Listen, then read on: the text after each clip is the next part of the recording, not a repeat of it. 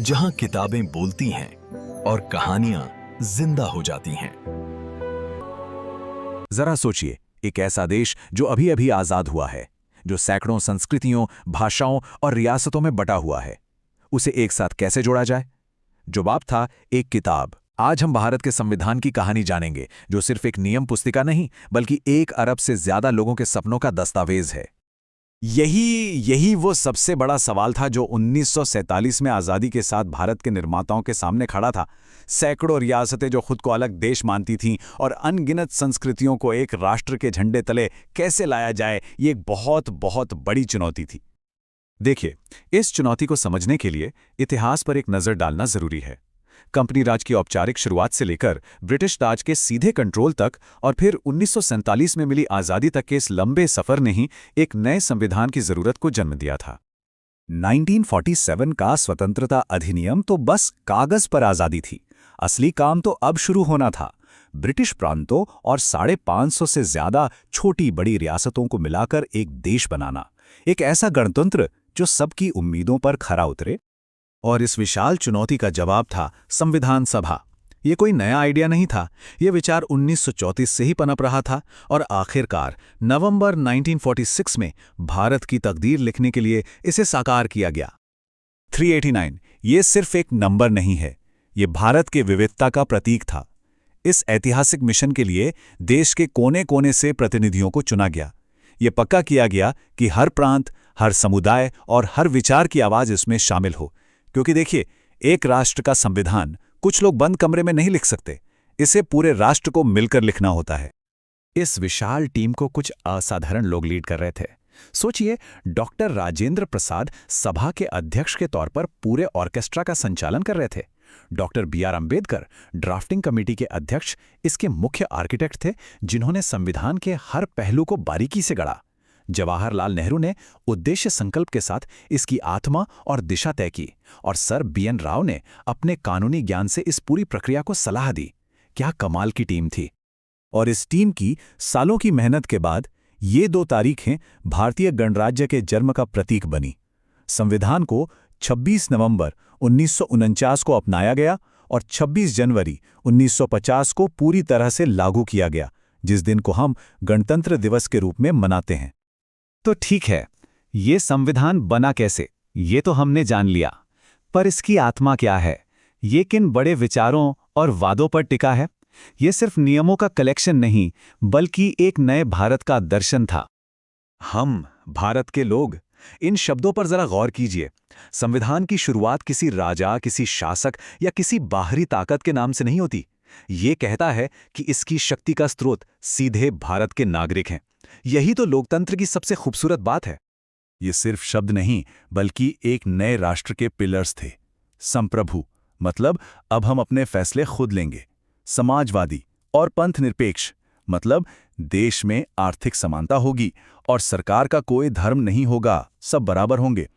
और लोकतांत्रिक गणराज्य यानी सत्ता हमेशा जनता के हाथ में रहेगी। ये एक पूरा वादा था। एक दिलचस्प बात यह है कि भारतीय संविधान दुनिया का सबसे लंबा लिखित संविधान है। पर ऐसा क्यों? क्योंकि भारत की डाइवर्सिटी को देखते हुए इसके निर्माताओं ने कुछ भी किस्मत पर नहीं छोड़ा। उन्होंने केंद्र और राज्यों के संबंधों से लेकर नागरिकों के अधिकारों तक हर छोटी बड़ी बात को साफ साफ लिख दिया, ताकि भविष्य में कोई कंफ्यूजन ना रहे। हमारे संविधान निर्माताओं ने दुनिया के बेहतरीन आइडियाज को अपनाने में कोई संकोच नहीं किया। उन्होंने ब्रिटेन से संसदीय प्रणाली का ढांचा लिया, तो अमेरिका से नागरिकों के लिए मौलिक अधिकारों की गारंटी, आयरलैंड से सरकार के लिए डायरेक्टिव प्रिंसिपल्स लिए और सोवियत संघ से नागरिकों के मौलिक कर्तव्य।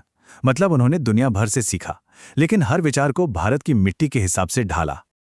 तो ये महान सिद्धांत सिर्फ किताबों में न रह जाएं, इसके लिए संविधान एक ठोस ढांचा तैयार करता है। ये सरकार की शक्तियों को 3 स्वतंत्र हिस्सों में बांटता है, ताकि कोई एक भी हद से ज्यादा ताकतवर ना हो सके। ये स्ट्रक्चर बहुत सिंपल है। विधायिका यानी हमारी संसद कानून बनाती है। कार्यपालिका, जिसमें राष्ट्रपति और प्रधानमंत्री शामिल हैं, उन कानूनों को लागू करती है। और न्यायपालिका ये पक्का करती है कि कानून संविधान के दायरे में रहें और नागरिकों के अधिकारों की रक्षा हो। भारत की संसद के 2 सदन हैं, एक है लोकसभा, जिसे लोगों का सदन कहते हैं, जहां प्रतिनिधि सीधे जनता द्वारा चुने जाते हैं, और दूसरा है राज्यसभा, राज्यों की परिषद, जो पूरे देश के राज्यों की आवाज बनती है। ये सिस्टम पक्का करता है कि कोई भी कानून जल्दबाजी में ना बने और हर पहलू पर ठीक से विचार हो। इसी तरह राष्ट्रपति और प्रधानमंत्री की भूमिकाओं में भी साफ अंतर है। राष्ट्रपति राष्ट्र के प्रमुख हैं, एक औपचारिक और सम्मानित भूमिका में, जबकि प्रधानमंत्री सरकार के प्रमुख होते हैं, जिनके पास देश चलाने की असली कार्यकारी शक्तियां होती हैं।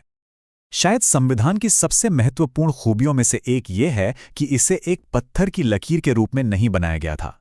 इसके बनाने वालों को पता था कि भविष्य में भारत को बदलना होगा और संविधान को भी उस बदलाव के साथ चलना होगा। इसका हल अनुच्छेद 368 में दिया गया है। ये आर्टिकल संसद को समय के साथ संविधान में संशोधन करने यानी बदलाव करने की शक्ति देता है। यही वो खूबी है जो इसे एक जिंदा दस्तावेज बनाती है, जो देश के साथ साथ विकसित हो सकता है। 105 से भी ज्यादा बार सोचिए, 1950 से अब तक इस संविधान में 105 से ज्यादा बार बदलाव किया जा चुका है। ये दिखाता है कि ये कोई पत्थर की लकीर नहीं, बल्कि एक जीवंत दस्तावेज है जो समय के साथ समाज की जरूरतों के अनुसार खुद को ढालता रहा है। और इन संशोधनों ने भारत को बदल कर रख दिया। सोचिए, 61वें संशोधन ने करोड़ों युवाओं को 18 साल की उम्र में वोट देने का अधिकार देकर देश के भविष्य में भागीदार बनाया। 73वें और 74वें संशोधन ने सत्ता को दिल्ली से निकालकर गांव और शहरों तक पहुंचाया, और 86वें संशोधन ने हर बच्चे के लिए शिक्षा को एक मौलिक अधिकार बना दिया। हर संशोधन एक पूरी कहानी कहता है। तो आखिर में ये समझना जरूरी है कि भारत का संविधान सिर्फ कानूनों की एक किताब नहीं है। यह न्याय, स्वतंत्रता, समानता और बंधुत्व के उन वादों का प्रतीक है जो 1 अरब से ज्यादा लोगों को एक राष्ट्र के रूप में एक साथ बांधते हैं। और ये हमें एक बड़े सवाल के साथ छोड़ जाता है। जैसे जैसे 21वीं सदी का भारत बदल रहा है, उसकी तकनीक, समाज और उम्मीदें बदल रही हैं, तो इस मौलिक नियम पुस्तिका को भी भविष्य के लिए कैसे बदलना होगा? ये एक ऐसा सवाल है जिसका जवाब आने वाली पीढ़ियों को मिलकर खोजना होगा।